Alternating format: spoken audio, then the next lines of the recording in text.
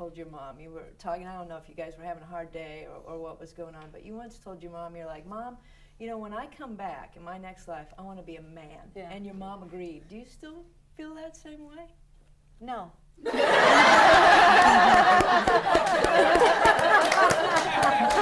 woman thing is working out for her. Exactly. But the reason I said that is because I grew up in a man's world. I was ranching and rodeoing, and Allison, I would be out with Pake and Daddy working cattle, and then at lunchtime we'd have to go up, take the bucket of mountain oysters and to the backyard, clean them and give them to Mama. She'd fry them, and then we'd clean up the kitchen while all the men were in the living room under the fan watching television, taking a nap after Did you say after Rocky lunch. Mountain oysters? Yeah, mountain oysters. Yeah. Yummy. I am a professional mountain oyster cleaner. I can do that. But and then when we were through, Daddy'd look up, say, "Y'all finished?" And we'd say, "Yes, let's head back down to the pens." So I was in a man's world all my life, and I told Mama, I said, "I can't wait. When I come back, I want to be a man. I'll have it easier." But I like being a woman because of the power we have over men. Oh yeah.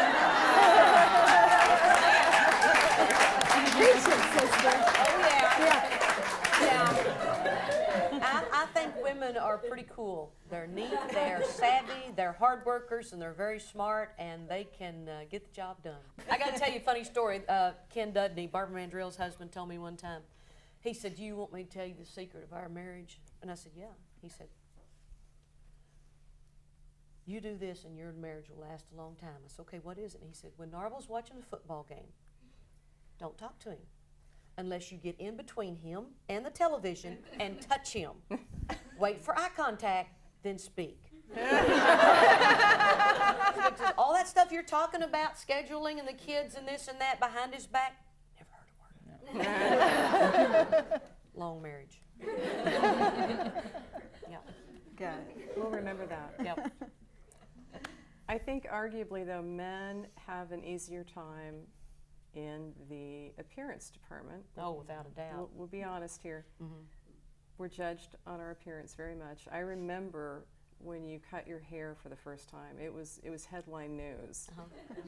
How difficult is it to be in a position where if I get a bad haircut, nobody really notices? It would be excruciating. Is that really difficult to deal with? I think we overthought a lot of the things we did back then, but we took everything very, very seriously. And Sandy Spica and Narvel Blackstock and I, we thought, probably 3 or 4 months, whether I should cut my hair or not. And I was all for it.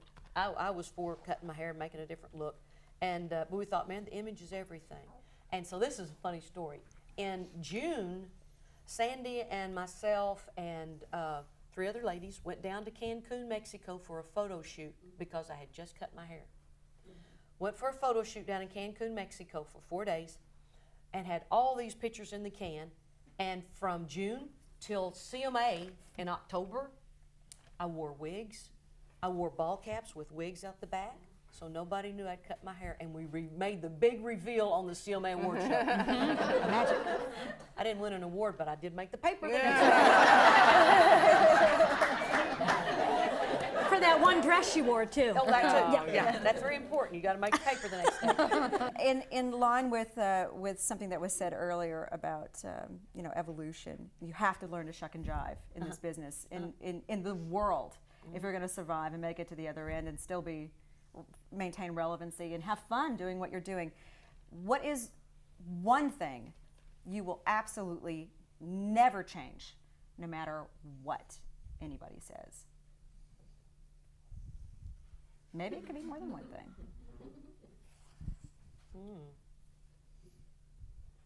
Well, I was going to say my belief, but as I grow older, I mature and I grow with my belief and the things that I believe in and the things that I know are important and not as important as when I was growing up. I think the strongest thing in my belief right now that I am so trying to change myself in is not to judge. That's the big thing. I think that, I read The Shack. Did y'all read that book, The Shack? Great. Highly recommend it. It's a great book. And when I came out of that book, that thing that really stuck with me more than anything was, I got to quit judging people. It's not my job. You know, you judge people whether you're going to like them or hang out with them or work for them or they work for you, but just right off the top, you know, I don't like him. I don't like that shirt. So judging is the thing I'm trying to get rid of. It's hard because you're doing it and you don't know you're doing it. Maybe it's Yeah. just learned behavior. So, Everybody does it. but the question was, what would I never How are you change? not gonna change? I'm not going to change being me. I finally found me. Yeah. I'm 55 years old, and one day I found me. This is who I am, and this is what I'm going to do. This is what I'm going to look like. I'm going to be me, and I think that day I became happier. It's a relief. I think, Yeah. when you get to that point. Yeah, and the older you get, you really don't care as much what other people think about you. If you're happy with yourself and you can lay down at night and go to sleep with a clear conscience, that's pretty important. That's big news. Is it true you've seen Ace Ventura: Pet Detective 100 times? 107.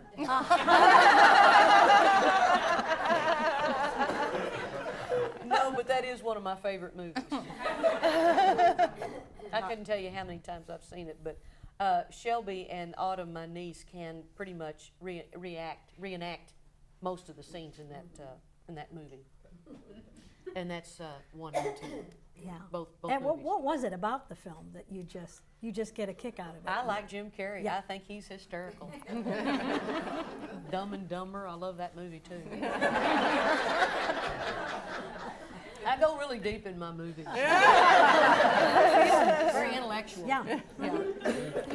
Well, now that we know you have enough time to watch Ace Ventura 107 times, we know you got a lot of time on your hands. Yeah. What is actually your favorite perk? Or what was like the first thing that you, because everybody has that one thing, when I make it, I'm going to do this, or I'm going to buy this, or I'm just going to own this. Or do you have a favorite perk, or what the first thing you remember that you bought? You said, oh my Lord, I sold enough records that I can get this.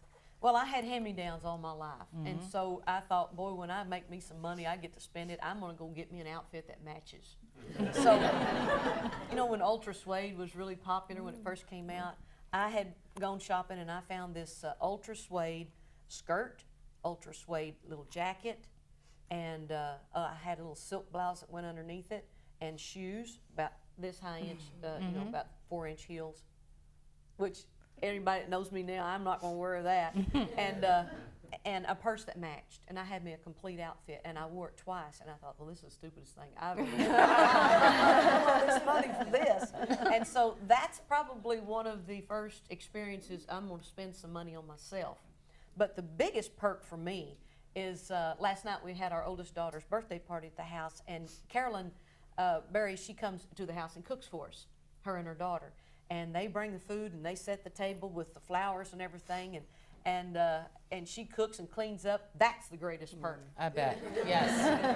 I told her that last night. I remember once you told me, I asked you what you were not good at, and you said, well, I can't clean a house. And I was like, dang, really? But you got people. That's it. Heck yeah.